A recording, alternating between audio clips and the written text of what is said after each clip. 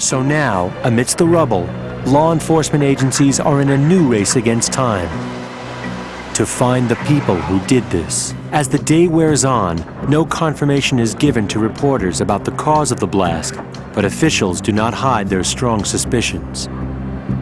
We'll give you a certain conclusion when we can prove it. It looks like a bomb, it smells like a bomb, it's probably a bomb. A group of investigators is assigned to work inside the crater created by the bomb. NYPD Detective Donald Sadawi and ATF Agent Joe Hanlon are assigned to the same team. It was a survey mission. We also had the mission to attempt to take swabbings that could be taken back to the laboratory later that day and examined to possibly get a lead on the type of explosive that was used. We didn't know who had perpetrated the bombing. People were scared. The city was scared. It was the start of a new phenomenon. It wasn't something that just happened in London or Beirut or the Philippines. It could happen any place. Finding clues amid the rubble would be next to impossible. The first major breakthrough in the investigation came when FBI agents at the scene of Ground Zero discovered part of the vehicle chassis of the van that had been used to transport the bomb into the building. Miraculously, the VIN, or Vehicle Identification Number, is still legible on the manifold. The FBI then traces the van's registration to a Ryder rental agency in New Jersey. The van was the same vehicle rented and reported stolen by Mohamed Solameh. My beeper went off, and it was Detective Napoli calling me, and he said, I called the number, and he said, you're not going to believe it, but they found the remnants of the van that was used to carry the explosives, and it was rented in Jersey City, and it was a Ryder company, and the person who rented it was Mohamed Solameh. And I tell you, I was like, oh my God, Mohamed Solameh. We had photographs of Mohamed. We have photographs of Mohamed training at the range. He's a friend of Nosir. He's a friend of all the guys that we've been looking at for the last few years. And I said, these are the guys we were looking at. Solameh arrives at the rental office in New Jersey to pick up his $400 deposit on the van. When he arrives, an agent greets Solameh from behind the desk. But he is not a Ryder agent. He's an undercover agent with the FBI. After some discussion, Solameh walked out. As he stepped out of the office, dozens of FBI agents who had been monitoring their discussion descended upon Solameh. Less than 1 week after the bombing, the FBI had a suspect in custody. Solameh said little to the agents who questioned him about the bombing. They knew it was probable that he had not acted alone. The FBI was staking out the lot when Solameh showed up with his stolen vehicle report this morning, this time getting his $200, then walking outside. And they must have signaled other guys up the street, and there were FBI guys on both sides of Kennedy Boulevard, and they pulled up in a car, FBI guys with their jackets, and put them in a car. Put them in a car. And that was the end of it. There was no not resistance, nothing like that. Not that I could see. I didn't hear any. I was right outside. I didn't hear any fighting or anything. I think they surprised him. He came back a number of times. He came back Friday afternoon and told me that the truck was stolen from his possession. And he wanted his $400 deposit? He wanted his deposit back. Sources tell Fox News the FBI has been conducting searches all over Jersey City, one of them at this apartment building. Gladys Moore, who lives here with her Egyptian boyfriend, says FBI agents broke down her door and ransacked her apartment. Oh, they took a piece of my hair, and they put some things in my hands, and they took a test, they sent it out, they came back and they said I could go. When Solameh was arrested, agents recovered various personal items, including his wallet, which contained several business cards and telephone numbers. They began by searching the address listed on his driver's license. A former roommate told agents that Solameh no longer lived at that address. However, they were able to find some belongings of Solameh's that he had left behind. There were news clippings and photos relating to Nosir, and a photo of him and Nosir together. There were numerous bank records. There were also more names and numbers for investigators to pursue. Analysis of all the confiscated phone records led investigators to an apartment in Jersey City. The landlord who owned the apartment at 40 Pamrapo Avenue confirmed that Solameh and another individual rented the apartment from early January of 1993 until the end of February. The landlord could not confirm the identity of Solameh's roommate. After executing the warrant, agents discovered that 40 Pemrapo Avenue was the bomb factory, the place where the conspirators mixed an explosive powerful enough to rock the World Trade Center. Inside the apartment and an adjacent garage, FBI forensic examiners recovered traces of a diverse range of chemicals. While agents searched the apartment, the identity of Solameh's mysterious roommate emerged. They found papers requesting political asylum in the name of Ramzi Yousef, who, according to the documents, had been detained in September of 1992 at Kennedy Airport for entering the country without a visa. The Pemrapo Avenue apartment was a gold mine for the FBI. At every step of the investigation, Ramzi Yousef's name appeared.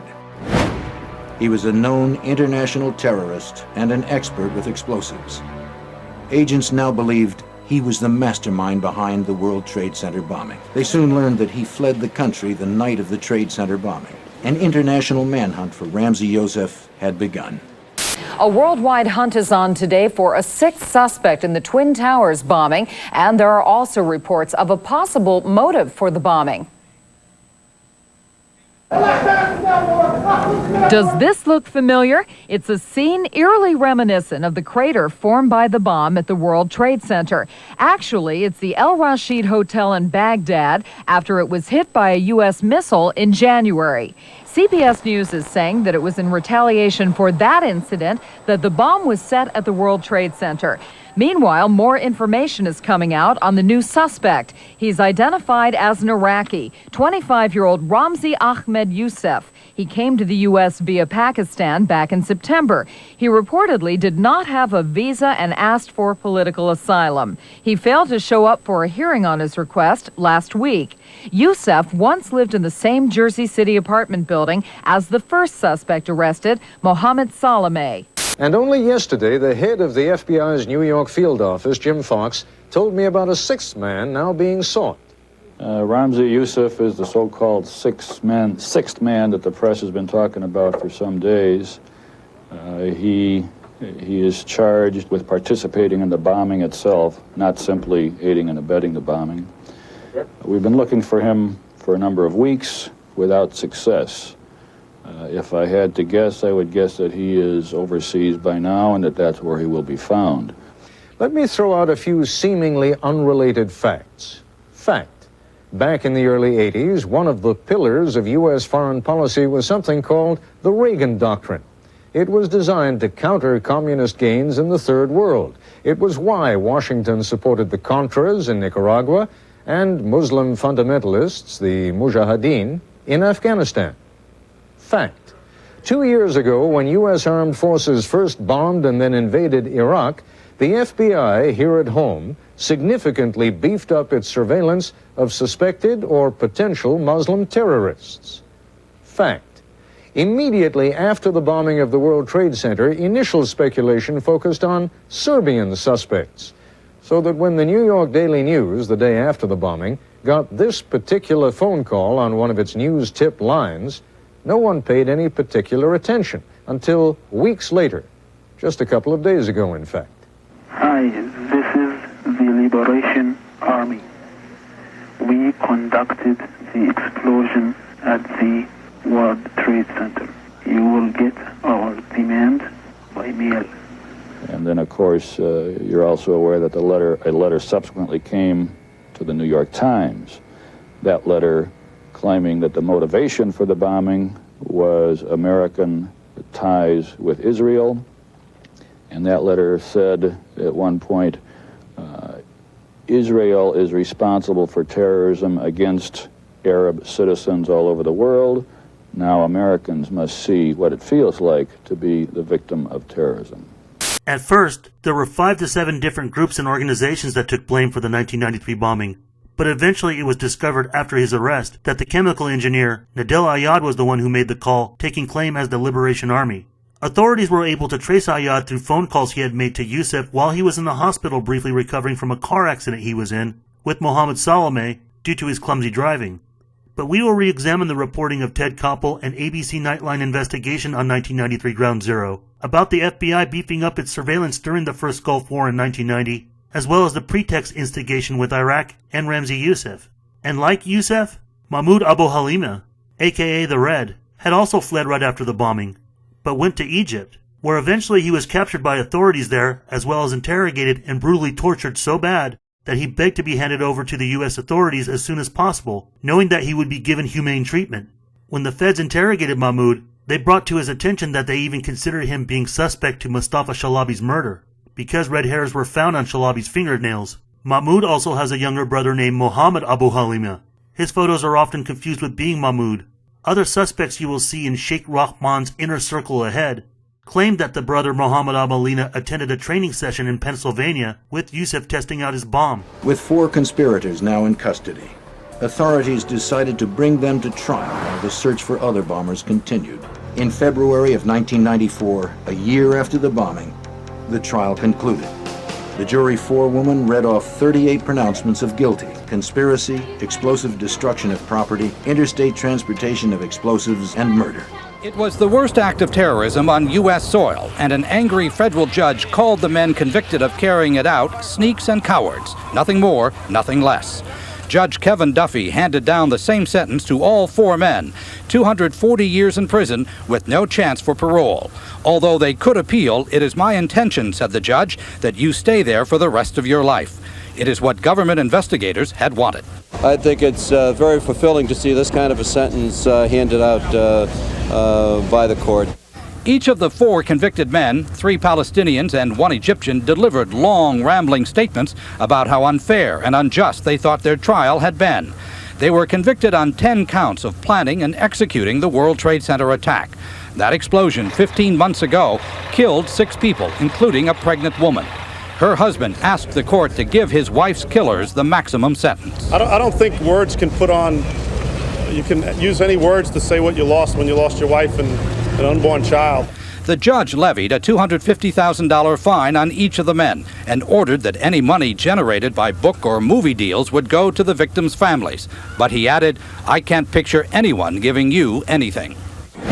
Mohamed Solameh, the chemist Nidal Ayad, Ahmed Ajaj, the man who brought the bomb manuals into the country, and Mahmoud Abu Halima, known as the Red, will spend the rest of their lives in prison.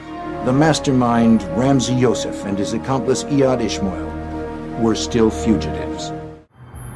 In the days that followed this first attack on the World Trade Center in New York, the FBI tries to convince Emad Salem to resume his undercover mission amongst the followers of Sheikh Abdel Rahman, also known as the Blind Sheikh. Got a call from Attorney General Janet Reno, and she made quite clear I was to take over the supervision of that investigation that day. Veteran prosecutor Mary Jo White takes over the reins of the U.S. Attorney's Office in New York, the fabled tough-on-crime Southern District, where she discovers, to her shock, that the FBI had informant Emad Salem deep inside the plot and let him go. Look, it's always easy in hindsight to say it's a big mistake. I think it was a mistake. I made it very clear to my prosecutors and to the FBI that he needed to get put back in, if at all possible. The supervisor said, oh, he's going to want a lot of money. He didn't want to pay him. And I think Mary Jo White answers, I don't care how much he wants. Get him back in. I called Emad, and he was like, you see, I told you. Remember what I told you, John? And he said, yes, but I think we need you to come back. He had hurt feelings. He knew the opportunity missed, too. I agreed to go back, and I started to open my ears to hear what happened. With the promise of $1 million, Emad accepts and rapidly manages to become his personal assistant. I used to go to his house at 7 o'clock in the morning, cook for him, serve him, and whoever come, lunch, and do the dishes, and take him to the bathroom. He is blind, so he cannot walk on his own, so I put the slipper to his feet and so on. One of Sheikh Omar's followers, his name is Siddiq Ali, start to discuss with me blowing up something here. And I said, that's a very good idea, and I think we should do that. And then he started with different targets. The World Trade Center again, to tell the American that we can get you anytime. And then he said there is a military armory in 96th Street. and then he started to go into different targets. Emad Salem gets a hold of the list of targets, and he is wired up and recording for the FBI now. You know, we were constantly telling Emad, you just go along with the program. Whatever they tell you to do, you just follow instructions. When Sadiq suggested the Statue of Liberty, we walked in like regular John Does, but we have our eyes for the security because we know that one day we're gonna come with a bomb and we're gonna go into the weakest spot and we blow it up.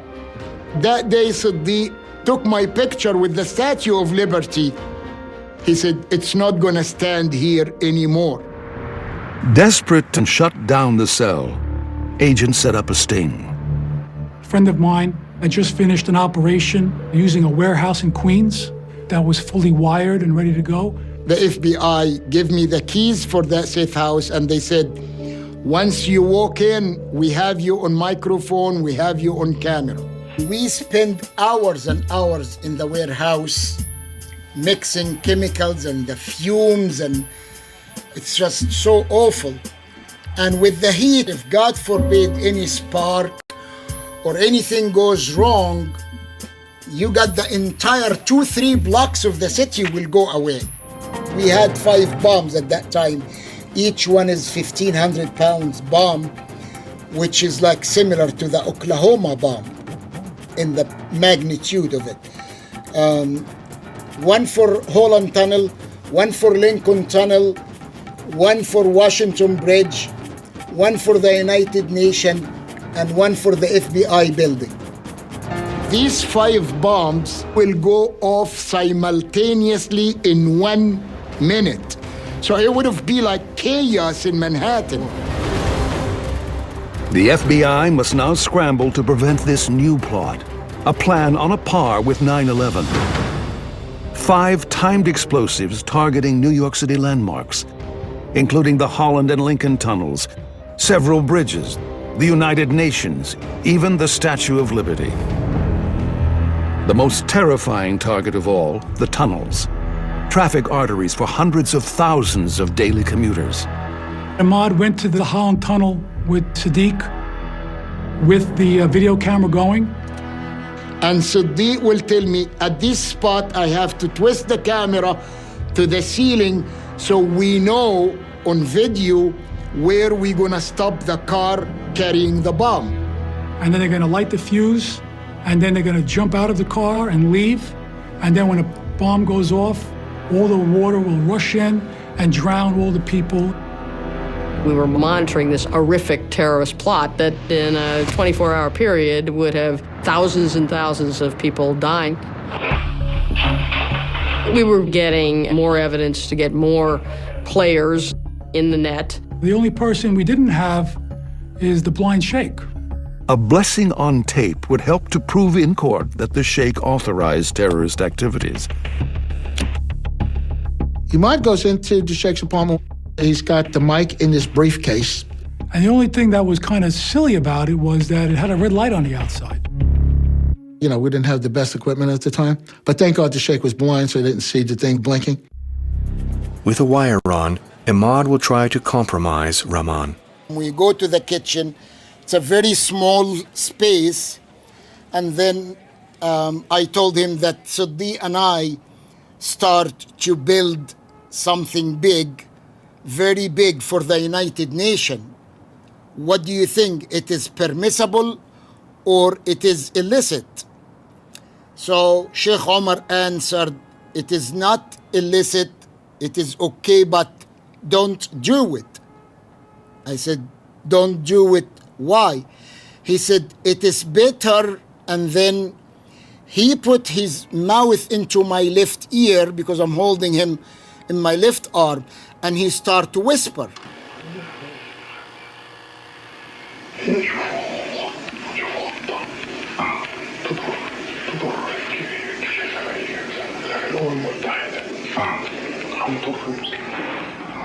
So I have to bring my briefcase all the way up to my nose. Of course, he's blind, he cannot see. And he's whispering in my left ear, and he said, I quote, find a plan to inflict damage on the American army. I said, okay, Sheikh, and I dropped the briefcase quickly. Before somebody see me in that awkward position, then I'm history. I'll be dead. And that was the piece of evidence, the moment in time when he put his stamp on it. The Sheikh knew about it and gave a blessing to do a terrorist act in the United States. They were operating under the inspiration, the guidance, ultimately the approval of the blind Sheikh. This recording by Emad Salem is, for the American justice system, the proof of the Sheikh's implication in the network's terrorist acts. On the night of June 24, 1993, Mary Jo White gives the FBI orders to arrest the entire network. Around 1 o'clock in the morning, when we were building the bombs, the SWAT team opened the front door and they came from the back door with the shotgun in my head. Don't move, I'm gonna blow your... And it was big chaos, and out of the sudden, silence. Sadiq and the informant discussed placing bombs in a car, driving that car into a building in the United Nations complex, and then detonating that bomb. The terrorists are accused of testing timing devices for the bomb, giving the confidential informant $300 to rent a safe house in Queens where the bombs would be made. Now, Ibrahim Sadiq Ali allegedly told the informant that he had participated in test explosions preparing the bomb that was used to bomb the World Trade Center. Now, the plan, according to the federal complaint filed in court this morning, blow up the United Nations building, codenamed the Big House by the conspirators, then destroy the Lincoln and Holland tunnels with bombs, and then murder security guards outside the Federal Plaza where the FBI headquarters are located, drive a car bomb into the basement of the federal building and blow it up, and all of that in the same day. That was allegedly the plan.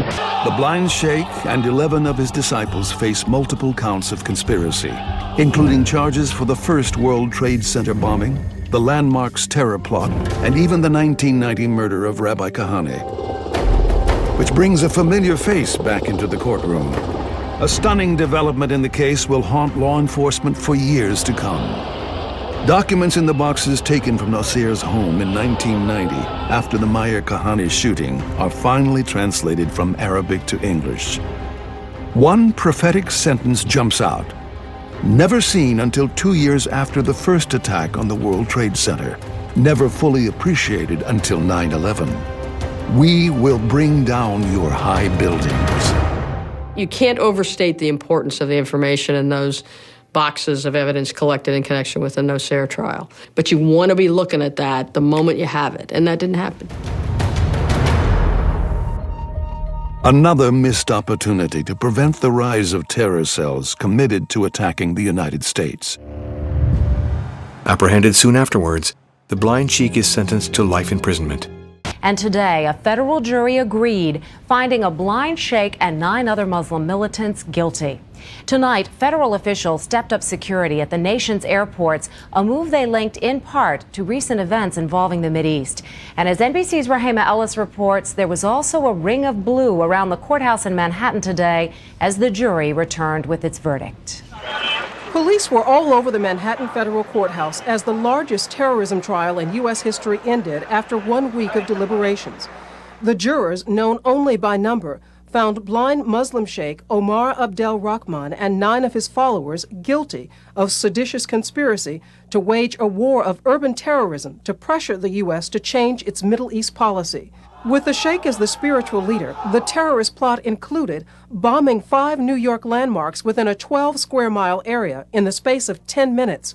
And there was a plot to murder Egypt's president, Hosni Mubarak. One defendant shouted, "God is great," after the jurors had left the courtroom. Prosecutors described the conspiracy as a jihad, a holy war against America, but insisted the government's case was not about religion. This trial was about crimes, very serious crimes, not about religious beliefs or ethnicity or people from any particular part of the world. Defense lawyers say they will appeal. Well, I think the message is here, put a Muslim on trial and they'll convict him. The government's case was built around secretly recorded tapes and conversations. The prosecution also depended heavily on the testimony of a government informant, Emad Salem, an admitted liar who got $1 million for infiltrating the Sheikh's inner circle. However, during the investigation and court cases for the conspirators behind the New York landmark plot, it soon became public that the FBI had previously hired their agent, Emad Salem, as an informant infiltrating the Blind Sheikh's group before the World Trade Center bombing, through evidence emerging from Salem himself. Last winter, the FBI was praised for its speed in cracking the case of the World Trade Center bombing and bringing 4 suspects to trial. Now, there is some evidence that the FBI may have known of the plot in advance through an informant and might even have stopped the bombing that killed 6 people. Correspondent Jacqueline Adams has the story. FBI agents might have been able to prevent last February's deadly explosion at New York's World Trade Center. They discussed secretly substituting harmless powder for the explosives, but they didn't, according to the FBI's own informant, Emad Salem. Unbeknownst to the FBI at the time, Salem recorded many of his conversations with his handlers. I'm holding 903 pages of draft transcripts. William Kunstler represents Sheikh Omar Abdel Rahman and several others charged with conspiring to blow up a series of New York City landmarks 4 months after the World Trade Center bombing. That case has not yet gone to trial. Kunstler confirmed newspaper reports of the Salem transcripts. In one, Salem complains to an FBI agent, "Since the bomb went off, I feel terrible. I feel bad. I feel here is people who don't listen." The agent replies, "Hey, I mean, it wasn't like you didn't try and I didn't try. You can't force people to do the right thing." There is material in here to show gross governmental misconduct. Today, attorneys for the defendants in the ongoing World Trade Center bombing case formally asked for the transcripts of Salem's tapes. Quite frankly, beyond me, why now, the 4th week into the trial, we still don't have these materials. Prosecutors have refused to comment publicly, but legal experts say the defense may have no right to those transcripts. It's not a defense to a crime to say, if only the government had stopped me, I wouldn't have done it. So this isn't material that ordinarily the defense would be entitled to. Notice the media emphasizes that they might have been able to stop it. They then gloss over the fact that the bomb was built by their agent, under FBI supervision, in conjunction with the district attorney. Jason Burmis, having taken his marching orders from Alex Jones, asserts that the bomb was built by Salem, and the media is ignoring it, and that allegedly, the bomb-making had been supervised by the FBI and DA. But Burmis himself not only glosses over the detail of substituting harmless powder, but also marginalizes when these recordings were released, which was during the landmark plot sting after the World Trade Center bomb. And looking at when Salem stopped infiltrating the cell the first time, depending on when the statements were made, they're still cryptic and could have easily meant a verbal plan or consideration for bombings and not an actual specific target. As you may recall, Salem himself had never said that Nosair or his cousin Ibrahim El Gabroni emphasized the Twin Towers as a desired target, only that they were talking about assassinations and multiple pipe bombings. But what happened was that Salem secretly recorded hours of his conversation on tape with John Antisev and other law enforcement officers during the sting of the landmark plot. A newspaper article revealed the existence of the tapes, and the Reuters news agency received written transcripts. A copy of one of the most revealing conversations between Emad Salem and an FBI agent named John was acquired by WBAI. In that conversation, Salem demands more money from the FBI, outlining his contributions to the agency, including a cryptic statement by Salem to the FBI. Salem says, "We know the bombs start to be built by your confidential informant." Now, even the last 3 weeks is going to be a nice payment. I'm just telling you for the future and what the expenses, they just don't want to buy in on $500 of expenses. That's all. We're just going to have to give me the, some of the expenses, and they'll pay what operationally they are allowed to pay. Let me think about it. Don't think it. There's nothing to think about. Of course I have to think about it. I mean, I have... And then later on, there's bonuses and things of that nature. The only thing I'm telling you different than from before is that it's not a salary. Yeah. That's the only thing I'm telling you. That is different than what we were doing anyway. Yeah. Okay? Okay, let him to go recruit Ahmad Abdu, or let him to go talk to Ahmad Abdul Sattar. Ahmad Sattar, he's a good subject. He can really give you a big help. Yeah. Let him really to give you a big help. Look, he doesn't understand everything. Well, he have to understand. He is the boss. We all running our heads around this boss. So he got to understand this point. But basically nothing has changed. I'm just telling you for my own sake. Yeah. That nothing, that this isn't a salary, that it's, you know, but you got paid regularly for good information. I mean, the expenses were a little bit out of the ordinary, and it was really questioned. Don't tell Nancy I told you this. Well, I have to tell her, of course. Well, then if you have to, you have to. Yeah, because, I mean, the lady was being honest, and I was being honest, and everything was submitted with a receipt. Yeah. And now it's questionable. It's not questionable. It's like a little out of ordinary. Okay. You know. All right. I don't think it was. If that's what you think, guys, fine. But I don't think that, because we was start already building the bomb, which is went off in the World Trade Center. It was built by supervision from the Bureau and the DA, and we was all informed about it, and we know that the bomb start to be built. By who? By your confidential informant. What a wonderful, great case. Well. And then he put his head in the sand and said, oh, no, that's not true. He is son of a bitch. Okay, well, it's built with a different way in another place, and that's it.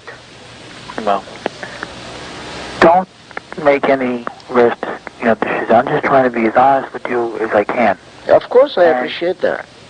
And as far as the the payments go and everything like that, they're there. I guarantee you that they are there. Instead of what most conspiracy theory documentaries have done using a very short segment of the Salem tape, we demonstrated a lengthier portion of the recording, not only revealing Salem's attitude in regards for his fees and services and what other additional bonuses he may have been trying to extract from the feds, but what accusations have been made in asserting an FBI role in the bombing is completely about taking Emad Salem out of context, and what could easily be defined as an extortionist stance as to what Salem really meant, since such recordings were never intended to go public, was that he was threatening to contact FBI headquarters in Washington, D.C. about the New York Bureau failure to stop that bombing by not having paid or met with Salem's high demands the first time to keep him in the blind Sheikh circle, wired as an FBI agent that would have to take the stand in a trial. And more recordings surfaced again back in 2011 with the same mainstream media narrative that the FBI could have prevented the bombing, again, cryptically, and nothing indicating Salem himself physically constructing a bomb. A man who risked everything to go undercover in a terror organization releasing new recordings showing how the United States may have been able to stop the World Trade Center bombing back in '93. However, Emad Salem says that the feds forced him to stop his work when he refused to risk wearing a wire. Just a few months later, the terror cell brought in Ramzi Yousef. He put together the plan to set off a bomb at the World Trade Center, a bomb that killed 6 people and hurt 1,000 more. After, Salem made his recording of a conversation with one of the handlers. Bear with us here. The audio's not great, so listen up. If we was continuing with what we was doing, this bomb will never go off. Absolutely, but don't repeat that. The Independent reported that several of the bombers were trained by the CIA to fight in the Afghan war, and that the CIA admitted partial responsibility for the bombings. Ron Kuby, defense attorney, said concerning the 1993 World Trade Center bombing, quote, "The mastermind of the 1993 WTC bombing is the government of the United States. It was a phony government-engineered conspiracy to begin with, and it would never have amounted to anything had the government not planned it." You would think at this point that it was in part a government conspiracy, and a lot of independent press certainly accepted that narrative, with some of the World Trade Center bombing conspirators having fought in the Afghan war, since it was a recent historical fact that the CIA had backed the Mujahideen. But that's not necessarily true, nor exactly what Ron Kuby actually meant, even though it can be easily construed that way. Because if you really spend some time and explore the case of Mohamed Solameh, you'll find that aside for the apartment he shared with Ramzi Yousef on Panrapo Avenue, he was also linked to 2 other apartments. Following the World Trade Center bombing, police searched an apartment on 34 Kinnison Avenue in Jersey City, which was the initial address Solameh listed on the police report for the stolen Ryder van.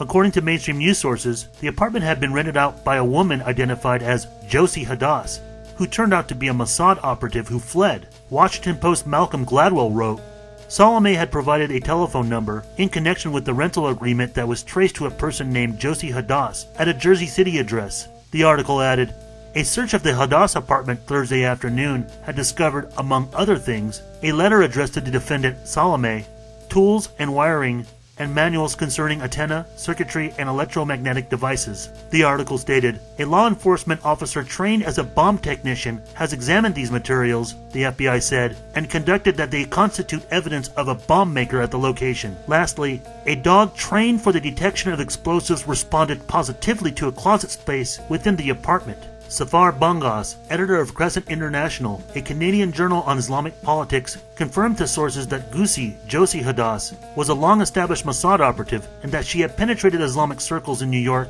as had another intelligence operative, Emad Salem, a colonel in Egyptian intelligence. So what happened to Josie Hadas?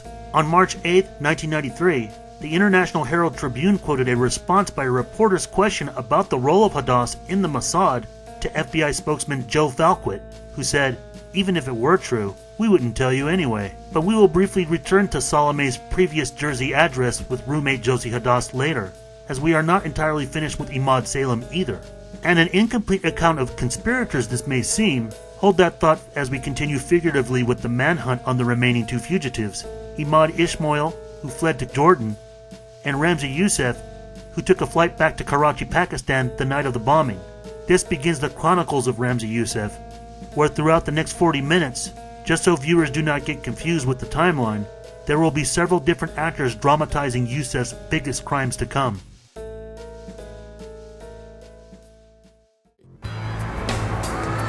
That night, Yousef makes his way to New York's JFK airport. Yousef boards his flight and flies first class to Karachi, Pakistan. Though his accomplices would quickly fall into the FBI net, Yousef had planned his escape. He left right away. He left actually the night of the bombing. He began traveling, but Ramzi was a man on the run. He vanished, and it began a very intense fugitive investigation. So we were doing two things at the same time, prosecuting the initial 4 people that were charged and looking for Ramzi Yousef. We knew his roots went back to the Pakistan-Afghanistan border. The U.S. Diplomatic Security Service immediately enlists their Pakistani contacts in the hunt. It was a multi-agency operation, and members of different law enforcement agencies participated in it. March 3rd, a raid for Yousef is launched in Quetta, Pakistan. It was a very close call for us. We were probably within just a couple of hours of taking him. We passed information to the Pakistani authorities. Ramzi became aware of it and fled. Yousef was helped by some senior members of Pakistani intelligence. The Pakistanis, we just simply couldn't trust everyone. While one branch of the government was trying to locate him, there were elements within the Pakistani government who were assisting him. They believed in what he was doing. They were angry against America. Aided by a vast terrorist network, Yousef is virtually untouchable in Pakistan. It's extremely hard to go and root out known terrorists in this country. Pakistani police trace Yousef to a place where he knows the U.S. agents will be unable to track him. We were looking for him in Peshawar. Peshawar has always been known as a Wild West town. So a town that a lot of smugglers, a lot of underground types have used as a resting place. Peshawar is qualitatively different from all other cities of Pakistan. It's surrounded by what is called the tribal areas. You can just get anything there. People walk around with guns, and so it's easy for people to hide. Very hard for American agents to operate there, and very easy for somebody like Ramzi Yousef to hide there and use it as a base from which to flit across the border into Afghanistan. Pakistan. Yousef is teaching his childhood friend, Abdul Murad, how to build bombs. Murad has returned to Pakistan after 2 years training at flight schools in Texas, North Carolina, and New York. It was Murad who gave Yousef the idea to bomb the World Trade Center. Now the two men are brainstorming again. July 23, 1993. On an alleged contract initiated by members of Sepi-e-Sahaba, Ramzi Yousef and Hakim Murad returned to Karachi with a bomb they've made, destined to target Prime Minister Benazir Bhutto of Pakistan, the first female leader of any Muslim country. The plan that they had set in motion was to plant the bomb outside the Bilal house, the residence where Bhutto lived. Yousef had already scoured vulnerabilities and varied routes before finding a fixed place to point the explosives. Carrying the bomb, they headed to the residence. However, before they had time to arm it, they were interrupted by passing police patrol and guards. Police didn't see the bomb at first. However, Yousef decided to abort the mission, finding it to be riskier than he initially thought. While removing the unstable bomb, the detonator ignited, creating an unlethal blast that was the pre-ignition for the explosive. However, it seriously injured Yousef. Ramzi and Mossad then fled the scene and rushed to a hospital where Yousef stayed for 2 weeks, never being alerted to authorities, likely due to growing political influence with hardliners there. The detonator exploded, impairing vision in one of Yousef's eye, also badly damaging some of his fingers. Investigators allege that Yousef again failed to assassinate Bhutto when a gun to be used by a sniper was not delivered in time for one of her public addresses. But Yousef's well protected by the country's radical Islamic community. And he is still stung by his failure to topple the Twin Towers. Ramzi has no shortage of plans. I mean, this guy is like, he's going to assassinate Benazir Bhutto. He's going to blow up the American consulate in Karachi. He's going to attack a nuclear plant. You name it, he was ready to go. March 1994. The world's most wanted terrorist, Kuwaiti-born Ramzi Yousef, has avoided capture for over a year. With authorities searching Pakistan, Ramzi Yousef slips into Bangkok, Thailand, and begins plotting a new assault. Yousef was building a terrorist cell of like-minded individuals he could rely on. Some of them had quite effective covers. They were local businessmen, or they were running shops, things like that. But at the same time, Ramzi Yousef was living the high life as well. Ramzi Yousef was very westernized. He liked the nightlife. He liked to go out. He was not a religious individual. The girlfriends he had were bar girls. Not exactly what I would say within the confines of a strict Muslim man. Yousef's audacious plan would target the U.S. Embassy in Bangkok. General Santikope of the Bangkok Police is confronted with a terrorist plot. They drove the truck out into the city at 9 o'clock in the morning. March 11, 1994. Approaching the U.S. Embassy, the truck turns onto Bangkok's busy Chitlam Road. The driver collided with a motorcyclist. The guy who was driving the van had crashed into some sort of motorcycle taxi and got out of the cab and started panicking. There were people coming out of a local department store. There was a crowd growing, and he heard sirens in the distance. The driver said he was going to make a phone call, but he ran away. So he ran off. The police arrived to find all this confusion. Bangkok police impound the truck. They drove the van without knowing that it had a bomb in the back. We brought the truck back and parked it in front of the police station. Thai police locate the owner of the truck. The driver of the truck had reported the truck missing, but when he arrived at the station, he immediately noticed a huge water tank on the truck that did not belong to him. He arrived and opened the back and found a huge bomb in the back. They found 8 packs of C4 and the tank full of ammonia fertilizer. If someone had started the car and put on electricity, everything would have had blown up. As the bomb squad defuses the bomb, they make another startling discovery. We opened the trunk and we found a dead body wrapped in a canvas. The decomposing body of the person that Ramzi Yousef had hired the van from. And it was when the Thai police were examining the bomb and brought in forensics experts that they discovered at least one of Ramzi Yousef's fingerprints on it, and were able to tell the FBI that one of the FBI's most wanted guys had been trying to launch this bomb attack in Bangkok. By the time the manhunt has moved to Bangkok, Yousef has already fled back to Pakistan. Ramzi Yousef's terrorist star was in ascendance in the Far East. As I say, he was almost something of a terrorist celebrity.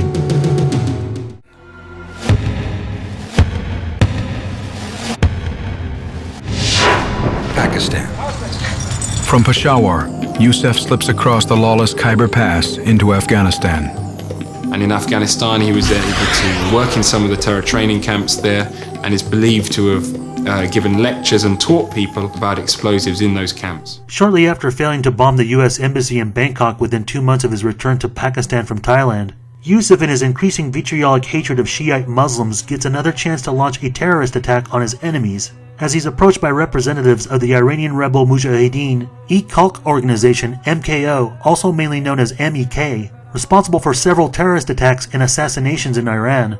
Although MEK is under the Mujahideen banner commonly known to have fought the Soviets, they are a pro-Marxist Shiite Muslim group that assisted in the 1979 overthrow of the Shah of Iran, later then creating conflict with the Khomeini regime, eventually being banned and driven out of Iran by 1981. After being expelled from France in 1986 by the request of Iran, MEK took base in Iraq, where they fought against Iran during the Iran-Iraq War alongside with Saddam Hussein's army. The MEK had asked or paid Ramzi Yousef to lead an attack against one of the holiest Shiite sites in Iran, the Shrine of Reza, grandson of Prophet Muhammad and the 8th Shiite Imam. Few details are known about the planning for the attack, but Yousef is believed to have spent several days building a small, easily concealed bomb containing around 11 pounds of high explosives, likely C4. Pakistani and American sources allege that Yousef recruited his own father and one of his younger brothers, Abdul Munsin, into a cell together with a small group of virulently anti-Shiite militants from the remote town of Terbat in Baluchistan, where some of Yousef's family still lived.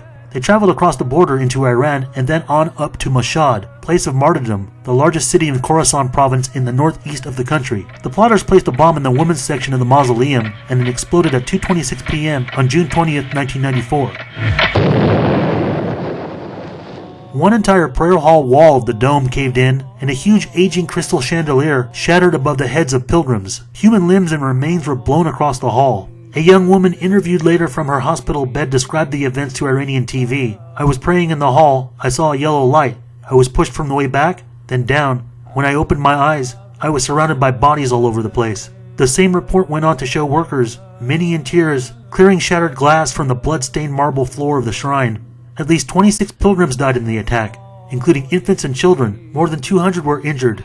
In fact, as you can tell by now, and as you'll see further ahead, this becomes not only Yousef's most grotesque attack, it is also the most accomplished or successful bombing operation Yousef took part in, being his most deadly attack to date, other than what he's already fugitive for from the US as the World Trade Center bomber.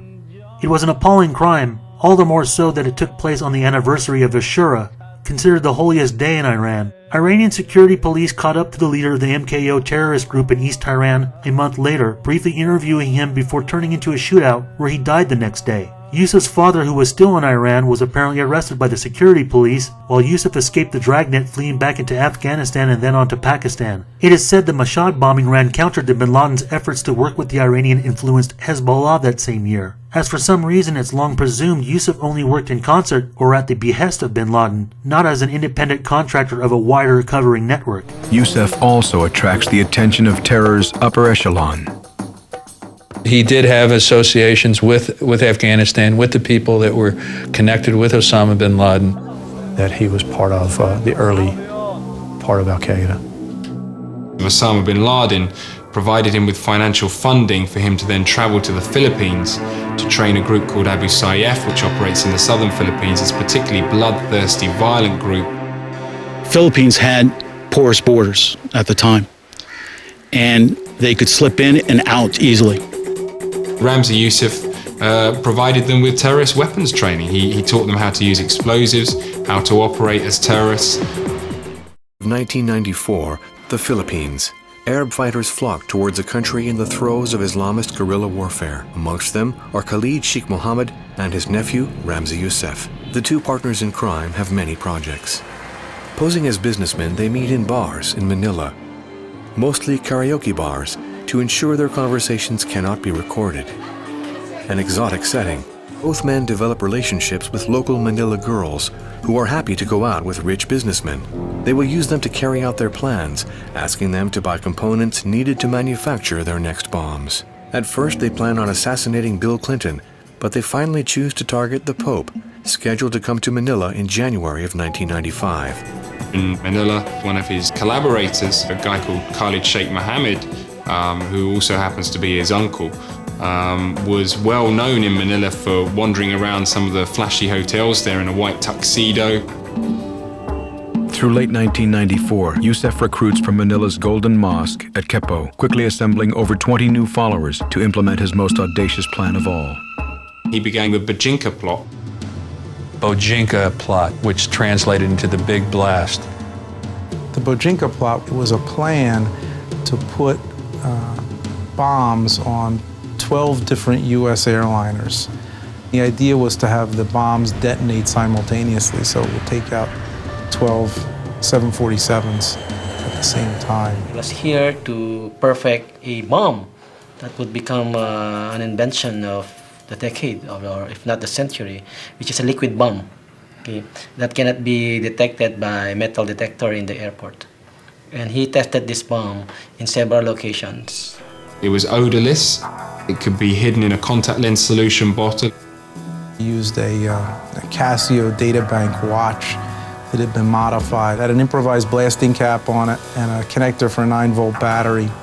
He could just take his wristwatch off and drop it in the little tray and to have it taken around the metal detector. And once he got on the plane, he could assemble the device and then set the timer. He spent a long time preparing this and developing it for use to bring down U.S. airliners. Jojo Capacetti heads the Manila bomb squad. They tested all these kinds of chemical explosives here in Manila, and one of these explosives were tested at the Greenbelt Theater. Okay, he ordered Khalid Sheikh Mohammed to put the liquid bomb below the seat of the movie house. So it exploded at around 10:30 in the evening. Only one person is wounded in the theater, but the test is conclusive. The next step, the installation of an explosive device on a commercial airliner. December 8, 1994. Yousef checks into the Donna Josefa apartments on President Quirino Boulevard. 2 days later, Yousef boards a plane at Manila Airport. From his apartment downtown, it takes less than 30 minutes to get to the airport. He arrives in plenty of time for his 5 a.m. flight with Philippine Airlines. He bought the ticket as Armaldo Forlani. Yousef is a skilled forger, and he made himself a fake Italian passport with that identity. Having successfully gotten the bomb through airport security, he boards his Philippine Airlines flight. The final destination of PAL 434 is Tokyo. As Philippine Airlines Flight 434 begins its final approach into Cebu, more passengers are getting ready to board the aircraft that will take them onwards to Tokyo. The flight lands in Cebu at 6:50 a.m. and several of the passengers disembark, including Yousef. During the layover on the island of Cebu, he disappears, leaving the device under his seat. 256 new passengers board PAL 434 that had arrived from Manila. Many of the passengers in the cabin are Japanese. Among them is a 24-year-old engineer, Haruki Ikegami. 2 hours into the flight, PAL 434 is cruising at autopilot at 10,000 feet above Minami-Diato Island in southern Japan. The bomb explodes at 11:43 a.m., 4 hours after Yousef planted it. Although the autopilot instantly corrects the aircraft's bank to the right, the effect of the blast is far from over. I stood up and saw that a lot of people were bleeding. I thought my life was over. After the struggle to lift him out, the steward realizes that part of the lower half of Ikegami's body is missing. Within a couple of minutes, he dies. A Japanese national by the name of Haruki Ikegami. He was just an innocent businessman, a traveler. He had sat down in the seat where Yousef had placed the bomb after Yousef had gotten off the airliner. During the course of that flight, the bomb exploded underneath him with pretty horrifying results. It blew out part of the side of the plane. It devastated Ikegami's body. The forensic pathologist recovered 94 fragments embedded in Ikegami's body by the explosion. He suffered severe internal injuries and massive loss of blood. But tragic as it was, the effects of the explosions could have been much worse. The downward force blew a hole into the floor and could have ignited the vapors into the central fuel tank, creating a catastrophic explosion. but the bomb was placed under seat 26K, which was not located above the tank. Just one row of seats away, the plane would have exploded mid-flight. Ed Gatumbato of the Manila Police is the lead Filipino investigator. And we're able to recover parts of the improvised explosive device, 2 pieces of 9 volts battery, and the other one is the Casio watch with the strap. So we were able to relate that all these bombings are attributed to the international terrorism. They alerted the FBI, of course. It soon became clear that it was probably Ramzi Yousef who'd been the guy who built it and had sat in the seat. They were able to work this out from fingerprints at the travel agency where he'd purchased the tickets, and also from some of the air stewardesses who recognized his photo when it was shown to them. I flew to Manila at the time to investigate what was going on, but we had no clear notion yet of what was actually planned. And when the intelligence emerged about the plot, and the intelligence emerged actually accidentally, just as a result of a fire in the apartment where explosives were being concocted. And it was a bomb factory.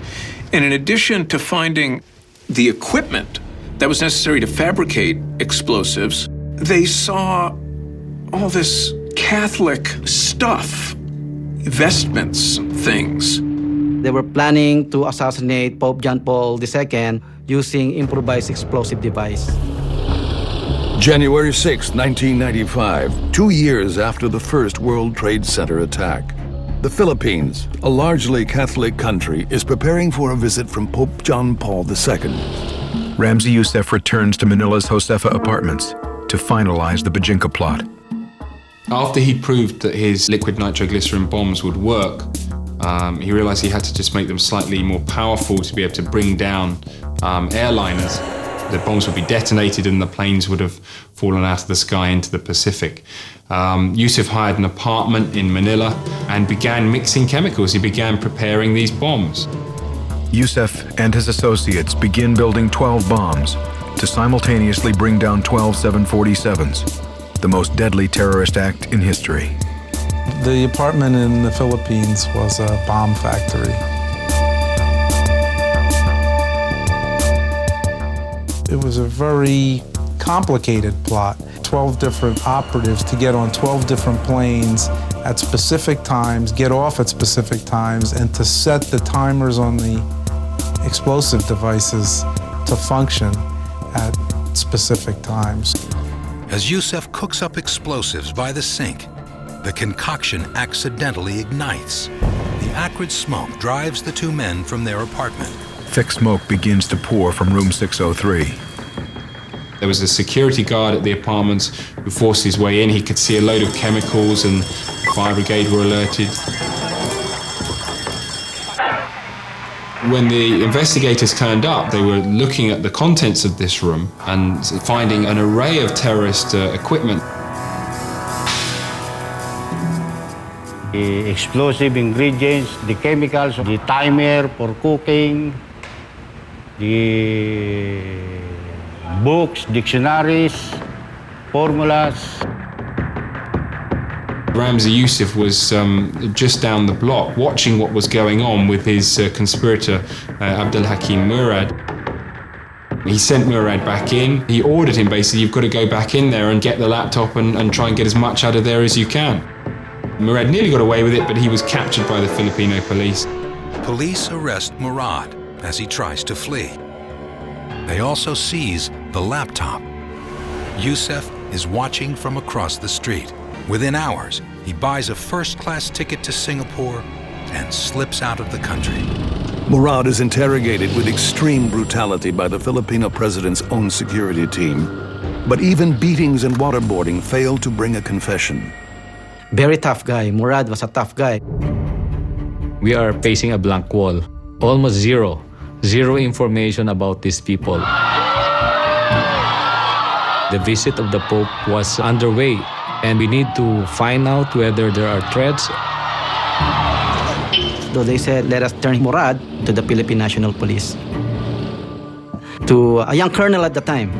known for his great expertise in interrogating communist rebels by the name Boogie Mendoza.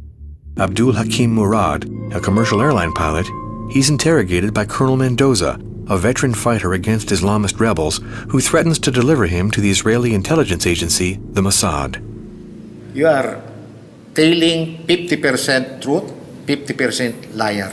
Maybe if this lie will exceed 50%, I will not waste my time again here and deliver to you to the Israeli again. I'm becoming impatient. You are creating stories that are unbelievable. But I'm starting to believe on him. Why? Because I have seen his eyes. He's not winking. He can see me eye to eye. And that's what I'm after.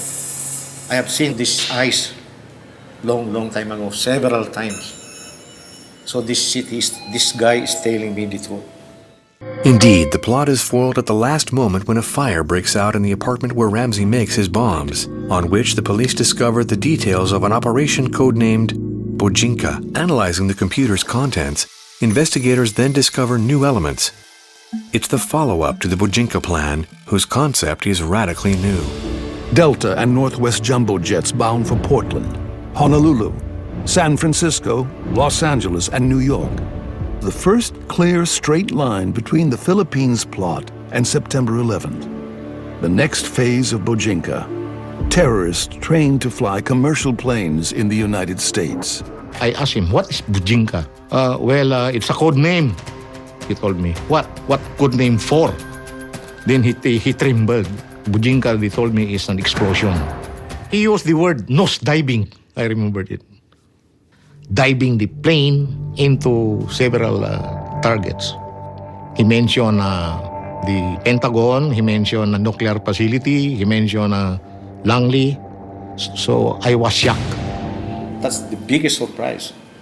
When the third component of the Ublan Bojinka is the seizing commercial aircraft in the continental U.S., controlling it, and diving crash specifically to Langley, Virginia, okay, and other targets. How did you know this? Because Ramzi Yousef is telling me. So you are admitting that you are one of the pilots. Mr. Murad, I remember that you told me that you studied pilot here. Who are your companions? There is a pilot training in the US. So I was again mesmerized. He is emphasizing, Mr. Murad is emphasizing that it is a suicide attack using an aircraft. Do you think that some of the pilots of 9/11 were already in 95 ready to operate? Yeah, based on my analysis, some of them might be there already. I have reasons to believe that it was the blueprint of 9/11. Colonel Mendoza insists that he shared all this information with the FBI. The FBI acknowledges receiving intelligence from Mendoza, but claims there were no details about the plot that became 9/11. They had up to 10 Islamic terrorists training in U.S. flight schools. That plot was well in motion, and Ramzi Yousef had it all on his Toshiba laptop. They had up to 7 targets, including the Trade Center, the Pentagon, a nuclear facility, CIA headquarters, the Sears and Transamerica Towers, and the White House.